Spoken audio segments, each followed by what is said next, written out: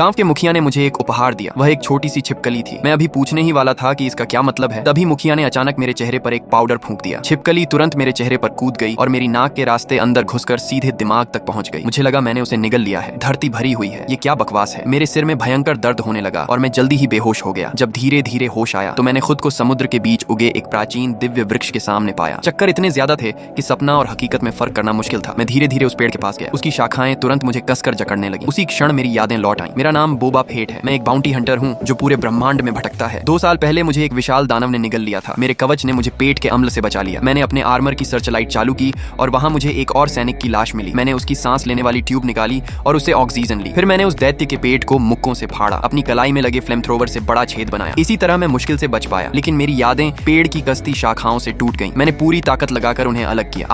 अगली सुबह पास सो रहा रेत का कुत्ता कुछ गलत महसूस करके दूर देखकर गुर्राने लगा। जब उसने मुझे लौटते देखा तो सैंड ट्राइब के बच्चे खुशी से उछल पड़े। उन्होंने तुरंत सबको खबर दी। मुखिया आगे आया और पिंजरे की मदद से मेरे शरीर से उस छिपकली को बाहर निकाल दिया। मैं तुम्हारा काम तमाम कर दूंगा। मैंने उसे दिव्य वृक्ष की एक शाखा भेंट की। वह समझ गया कि मैंने सैंड ट्राइब की अंतिम परीक्षा पूरी कर ली है। उसने लोगों को मुझे तंबू में ले जाकर उनके पारंपरिक कपड़े पहनाने को कहा। एक गंभीर समारोह में बुजुर्गों ने खुद मेरे कंधों पर युद्ध का काला चोगा डाला। जैसे ही चोगा बांधा गया मैं आधिकारिक रूप से सैंड ट्राइब का सदस्य बन गया। फिर हम यांत्रिक भट्टी पर गए। लोहार के मार्गदर्शन में मैंने अपना हथियार बनाना शुरू किया। हर घिसाई, हर नक्काशी मैंने ध्यान से की। आखिर आग में अंतिम तपाई के बाद कुल्हाड़ी और भाले का मिला जुला हथियार तैयार हो गया। 1 हफ्ता बीत गया, लेकिन पाइक लोगों का वादा किया हुआ भुगतान नहीं आया। मुझे सैंड ट्राइब की ओर से बात करने जाना पड़ा। मैं अकेले रेगिस्तान